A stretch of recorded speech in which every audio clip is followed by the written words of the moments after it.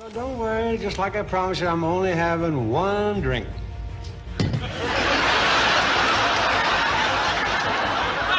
Everyone thought they knew Dean Martin's drunk act, but one TV appearance proved it wasn't always an act.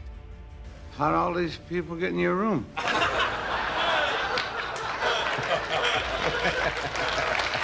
After losing his son in a plane crash, Dean started drinking heavily. All seriousness, I feel sorry for you people that don't drink. I mean it, because when you wake up in the morning, that's as good as you're going to feel all day. During this particular live show, he could barely stand. His famous charm turned into raw desperation. The producers wanted to cut to commercial, but Dean kept going. Tell us what we don't know about Dean Martin. Let's see. What you maybe didn't know about him is that, that drinking bit was just a gimmick. What he said next left the audience in stunned silence. The smooth crooner was gone, replaced by a broken man using alcohol to numb unbearable pain. It was television's most heartbreaking moment. Dino Paul Crocetti came into the world on June 7, 1917. In a two-room apartment above a shoemaker's shop in Steubenville, Ohio. His parents, Gaetano and Angela, were Italian immigrants trying to survive on barely anything. Gaetano worked 12-hour days as a barber for just $18 a week, while Angela scrubbed floors and took in laundry just to keep them from being thrown out. There was no running water inside. They shared a toilet in the backyard with 3 other families. The only food they had was bread, pasta, and whatever vegetables they could grow. Dino didn't speak a word of English until he was 5. Kids at Grant Elementary mocked his accent. His older brother had to come to class with him just to translate. Even then, Dino felt like he didn't belong. By 13, he couldn't take school anymore. He left 10th grade and told his mother he needed to bring home real money. He started delivering bootleg whiskey at night across the Ohio River for 50 cents a day. By 14, he was running numbers for local bookies, collecting bets from steel mill workers who gambled their entire paychecks. He shined shoes at the country club, stocked shelves, pumped gas, and delivered newspapers before sunrise. At 15, he lied about his age to work night shifts at the steel mill for $1.25 an hour. Every job was about survival. The work was hard, the pay was low, the exhaustion was deep. That's why he later said easy does it became his way of life, because he had already lived the hard way. He also started fighting. At 15, he called himself Kid Crochet and stepped into underground boxing clubs across the Ohio Valley. Between 1932 and 1936, he fought 36 matches, winning 25 and losing 11. One punch broke his nose and left it crooked for life. He couldn't afford hand wraps, so he fought bare-knuckled. His knuckles shattered and never healed right. In one match, a hook split his lip open. The scar never faded. He even lost feeling in parts of his mouth, which gave him that half-smile people would later call charming. He joked about his record, saying, "I won all but 11, but every fight left something broken." In 1936, during a brutal match at Steubenville Memorial Auditorium, 19-year-old Dino got hit with a rabbit punch to the temple and collapsed face first. He stopped breathing. It took 5 minutes to bring him back. When he woke up, he was vomiting blood and couldn't remember his own name. He spent 3 days in the hospital with a concussion so bad, the doctor warned him that one more blow to the head might kill him. The hospital bill was $70, and his family couldn't pay it. That was it for him. No more boxing. From that day on, he focused on singing. By 1934, at just 17, he was singing at shady clubs in Steubenville while dealing blackjack in the back rooms. The crowds liked him. He copied Harry Mills from the Mills Brothers and got paid in tips. Then came a real gig. In 1935, bandleader Ernie McKay hired him for $75 a week, a huge sum during the Depression. He sang at the Walker House, at the Rex cigar store, and anywhere they'd let him croon. He kept the style smooth and calm. It was the opposite of everything he had been through. And it worked. He also had a job no one really talked about. At 17, he worked as a croupier at the Rex cigar store, which was really just a front for an illegal casino. It was run by the Scola crime family. He worked the roulette wheel from 8 p.m. to 4 a.m., earning $30 a week and tips, 3 times what he made at the mill. When gamblers lost, he'd sing to calm them down. When mob guys got angry, he stayed cool. Federal agents raided the place twice. He escaped through the back alley both times. On slow nights, he'd sing with dance bands under the name Dino Martini. The mix of charm and danger stayed with him forever. In 1938, broke and living in a grimy New York apartment with fellow singer Sonny King, the two came up with a wild idea. They held bare-knuckle boxing matches in their living room, charging 50 cents per person. People packed in to watch them fight until one of them fell. The first time, Dino knocked Sonny out cold, and they made $12. They kept it going, 3 to 4 times a week, until the walls were stained with blood, and the landlord kicked them out. They were hungry. They were desperate. They were surviving any way they could. In 1940, a big change came. Cleveland bandleader Sammy Watkins offered him $200 a week to tour. But there was a catch. Watkins said the name Dino Crocetti was too ethnic, so they changed it.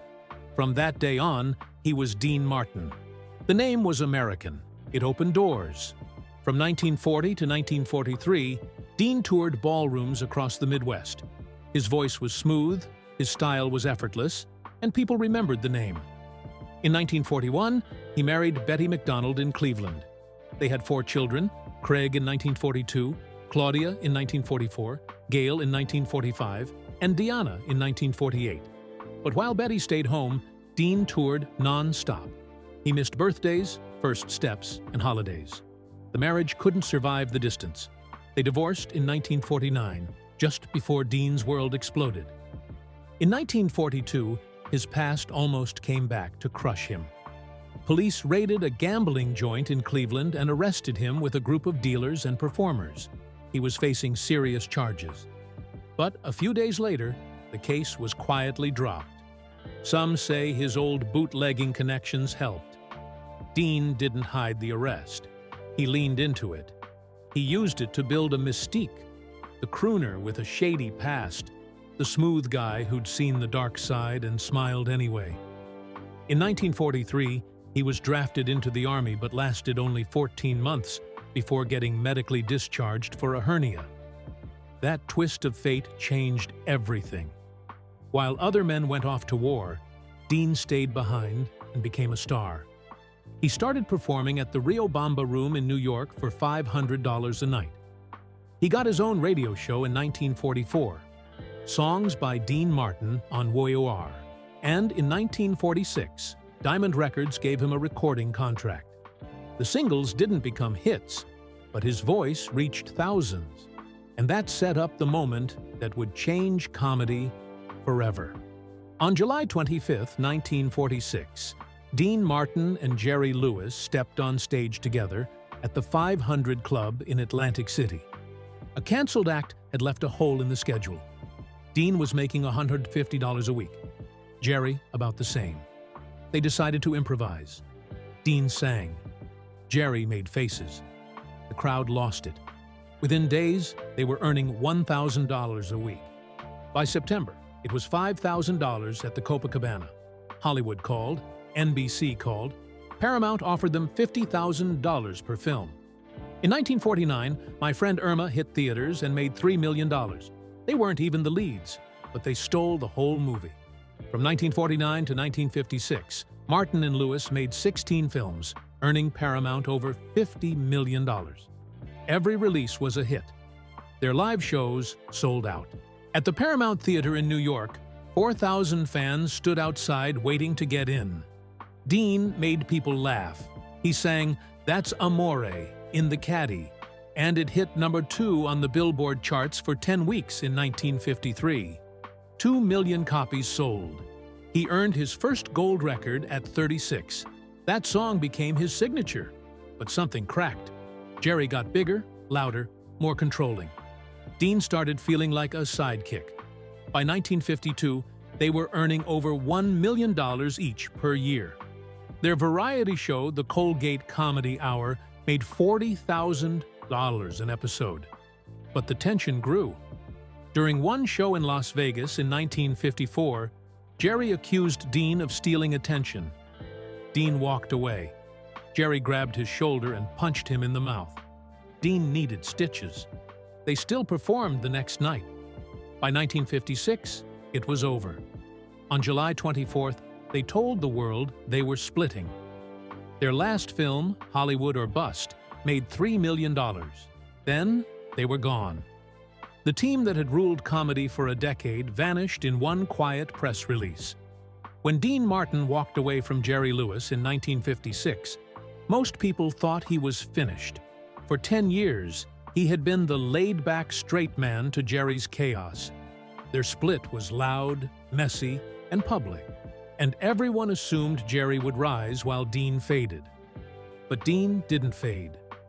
Just months before the breakup, he quietly recorded a song at Capitol Records called "Memories Are Made of This." It had backing vocals from the Easy Riders and was wrapped in a smooth charm only Dean could deliver. The single hit #1 in January 1955 and stayed there for 5 straight weeks. By the end of the year, it had sold over 3 million copies.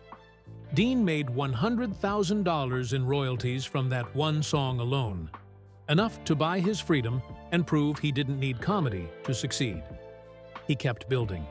In 1954, Sway showed he could bring a Latin rhythm into his lazy drawl and still land in the top 10. Then came Inamorata in 1955, reaching #8. He wasn't belting like Sinatra or crooning like Crosby. He was doing something softer. By 1957, his album Dream with Dean sealed the deal. It sold over 500,000 copies. The arrangements were soft, the pacing slow, the delivery effortless. He wasn't just singing songs, he was sipping them. That relaxed sound became his brand. He wasn't fighting for notes, he was making it look easy. And in lounges, in Vegas, in supper clubs from New York to Chicago, people leaned in to hear every word. Then, in 1962, Frank Sinatra offered him something bigger, his own seat at the table. Sinatra had just started Reprise Records and invited Dean to join. Dean's first album there was French Style, filled with playful covers of songs like C'est si bon. Reprise gave Dean full control over what he recorded, how it sounded, and who arranged it.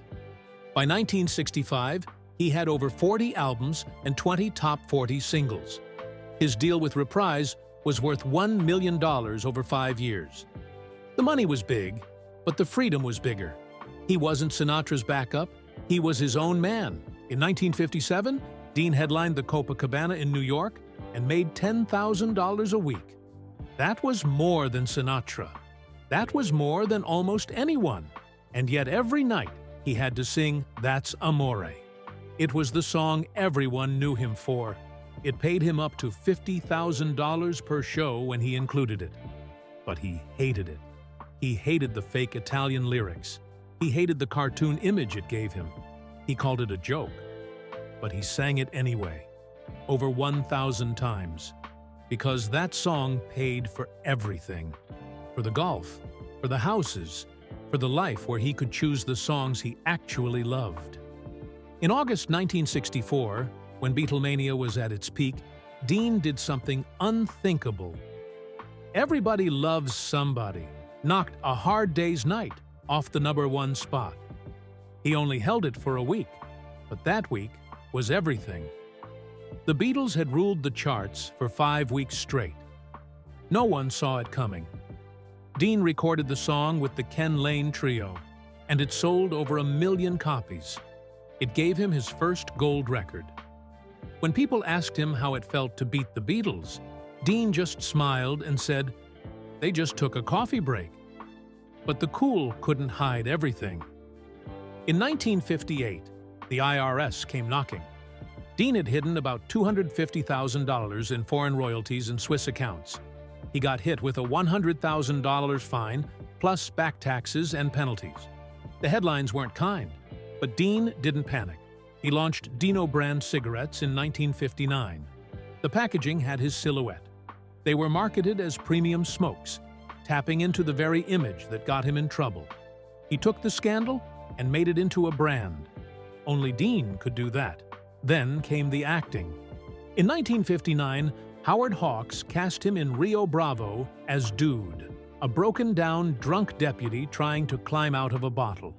It was the first time Dean wasn't playing a singer or a joke.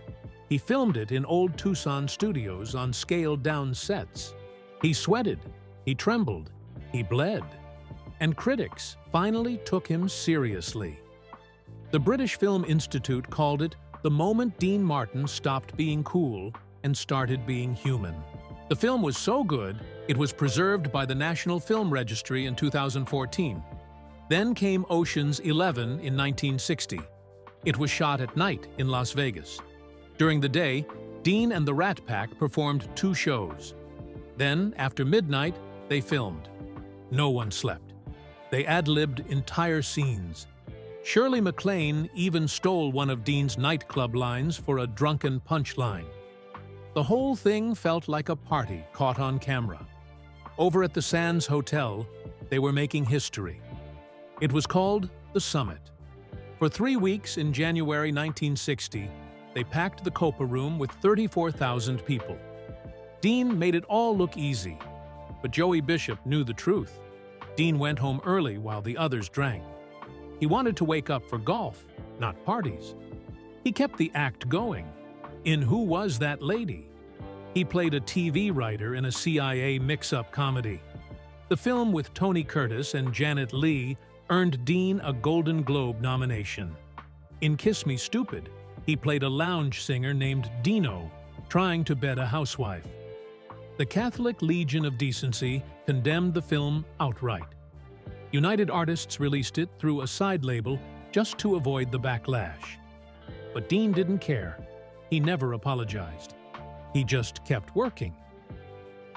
In Marriage on the Rocks in 1965, he played Sinatra's best friend in a messy marriage plot. It was their last film together for 20 years. Around that time, Dean's personal life was shifting too. His first marriage to Betty McDonald had ended in 1949 after 9 years and 4 kids.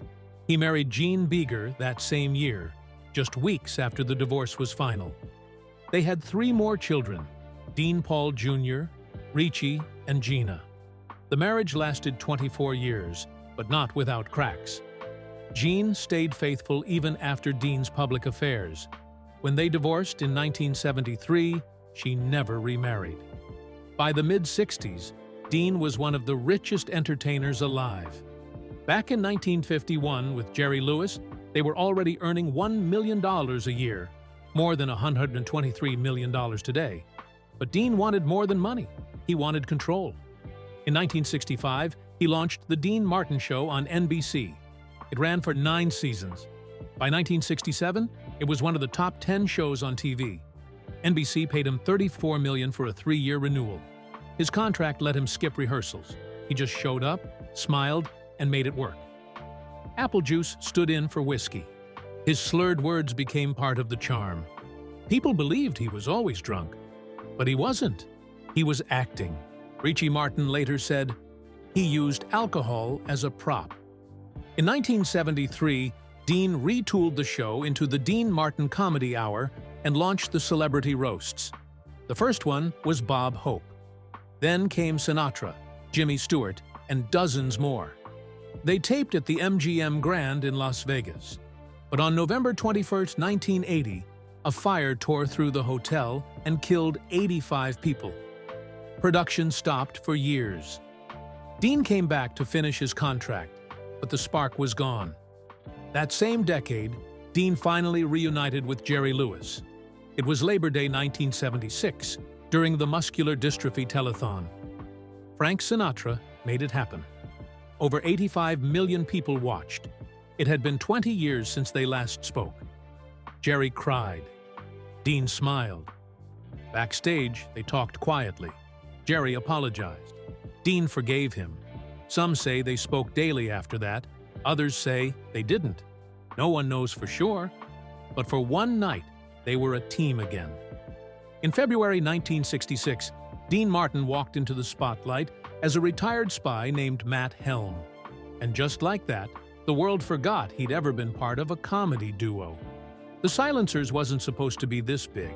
It was supposed to be a fun little spoof to ride the coattails of James Bond. But when it hit theaters, it pulled in $16.3 million and made Dean the star of his own spy franchise. People loved how relaxed he was, surrounded by women like Stella Stevens and Sid Charisse, cracking jokes while saving the world. It was all so smooth that Columbia Pictures didn't wait. They launched the sequel just 10 months later. Murderer's Row came out in December 1966 and landed as the 11th highest-grossing film of the year. Dean kept going. The Ambushers followed in 1967 and The Wrecking Crew in 1968, with Sharon Tate lighting up the screen in what many said was the best performance of her life. Bruce Lee trained her personally. The moves, the timing, the strength. He taught her everything. But 6 months after the film hit theaters, on August 9, 1969, Sharon was murdered in her home by the Manson family. Dean was shattered. He didn't just lose a co-star. He lost someone he had laughed with, rehearsed with, someone whose life had just begun. He refused to shoot the 5th Matt Helm movie. The Ravagers was already announced, already in the works. Dean walked away. Columbia Pictures punished him by freezing his profit share from Murderer's Row. But he didn't budge. That was the end of Matt Helm.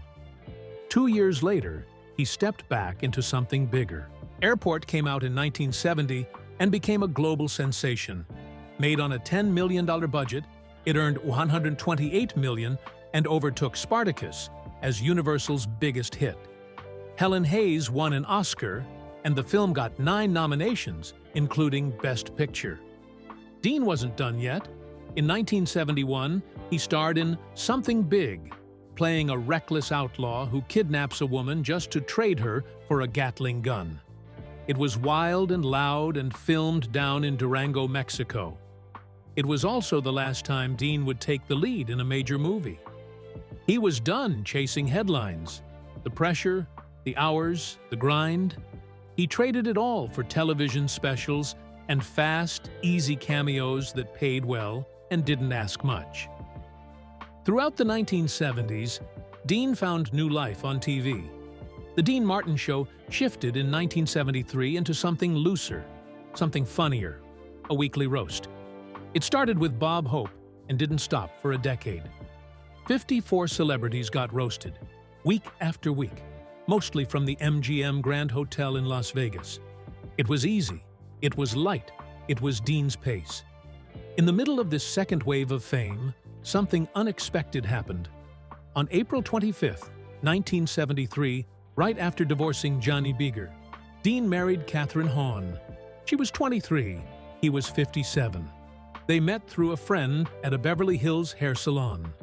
The wedding was held in Dean's Bel Air home and later moved to the Beverly Hills Hotel. He adopted her daughter, Sasha, tried to make it work, but it lasted only 3 years.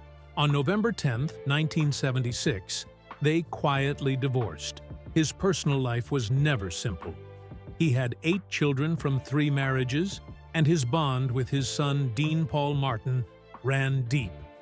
Dino Jr., as the world called him, was born on November 17, 1951, and in 1979 he made headlines by starring in the movie Players with Ally McGraw. He even got nominated for a Golden Globe. But acting wasn't his only passion. On November 5, 1980, he joined the Air Force. He trained as a fighter pilot and earned his way into the California Air National Guard. People who flew with him said he was one of the best, calm, sharp, in control. Dean was proud, not because his son was famous, but because he was decent, honest, good. But on March 21, 1987, everything collapsed. Dino took off from March Air Force Base in an F-4C Phantom jet for a routine flight. A snowstorm came in fast. Visibility vanished. Radar showed the plane at 19,300 feet. Seconds later, it dropped 4,000 feet and slammed into Mount San Gorgonio at 400 miles per hour. Dino and his weapons officer Ramon Ortiz died on impact. It took 6 days to find the wreckage. Dean never recovered. His show persona, that boozy swagger, had always been just apple juice in a glass. But after Dino's death, it wasn't an act anymore. He started drinking for real. He canceled shows. He disappeared. His heart broke and never healed. A year later, in March 1988, Frank Sinatra and Sammy Davis Jr. invited Dean to join them on tour. They called it Together Again. It kicked off in Oakland to 14,500 fans. But Dean only lasted a week. He couldn't do it. The crowds, the travel, the laughter. It felt hollow. He left the tour. Publicly, they said he was sick. Privately, it was grief. His replacement, Liza Minnelli, stepped in, and the show was renamed The Ultimate Event. But Dean was gone. The drinking got worse. His health crumbled. He had emphysema from 6 decades of smoking. By the early 1990s, he barely left the house. In 1993, doctors told him he had lung cancer. The tumors were spreading. They urged him to get surgery on his kidneys and liver. It could buy him time, maybe even years. But Dean refused. He didn't want surgery. He didn't want chemo. He had already made peace with death. Friends begged. Sinatra begged. But Dean just kept saying the same thing. I'm just waiting to die. He quit smoking that year, but it was too late. His body had already given up. He stayed home, stayed quiet. When people visited, he smiled politely. But he didn't fight. On December 25, 1995, at 3:30 in the morning, Dean Martin died in his Beverly Hills home from acute respiratory failure. He was 78 years old. The Las Vegas Strip dimmed its lights in his honor. Sinatra called him a brother. Jerry Lewis, who had once been closer to Dean than anyone in the world, was on tour when he got the news and broke down crying. Dean's funeral was held privately at Good Shepherd Catholic Church. Around 200 people came. This is after Dean died. You said you went to Dean's funeral and you spoke at Dean's funeral. And after he passed away, you said, I lost my partner and best friend, the man who made me the man I am today. Gregory Peck, Tony Bennett. Jerry Lewis stood up and told the world what the press had never said right. That Dean was more than cool. He was kind. He was strong. And he never needed to prove it. After his death, stories surfaced about how smart he really was. Everyone had thought Dean Martin just drifted through life, drink in hand, jokes on cue.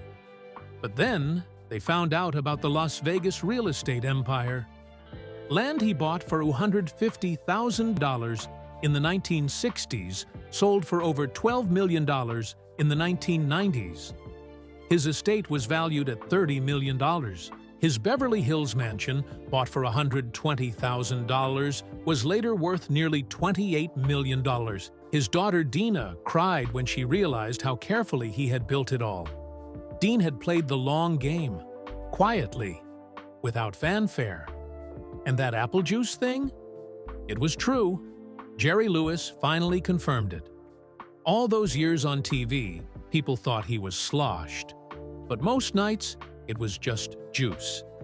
He pretended to be drunk to get a laugh, to let others loosen up. But the real Dean was always a few steps ahead.